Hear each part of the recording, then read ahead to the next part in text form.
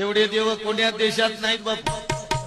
चीन मध्ये नाहीत, जपान मध्ये नाहीत, अमेरिकेमध्ये नाहीत, पण 33 कोटी देवांची पैदास आमच्या इंडियात झाली.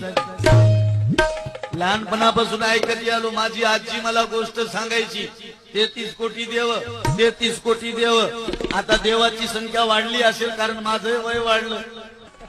देवाची संख्या वाढायला पाहिजे कारण प्रत्येक देवाला बायको होती.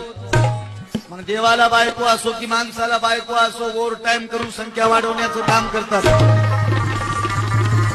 देवांची संख्या या देशात वाढली असती, पण असा एक डॉक्टर होऊन आला इंग्लंडहून.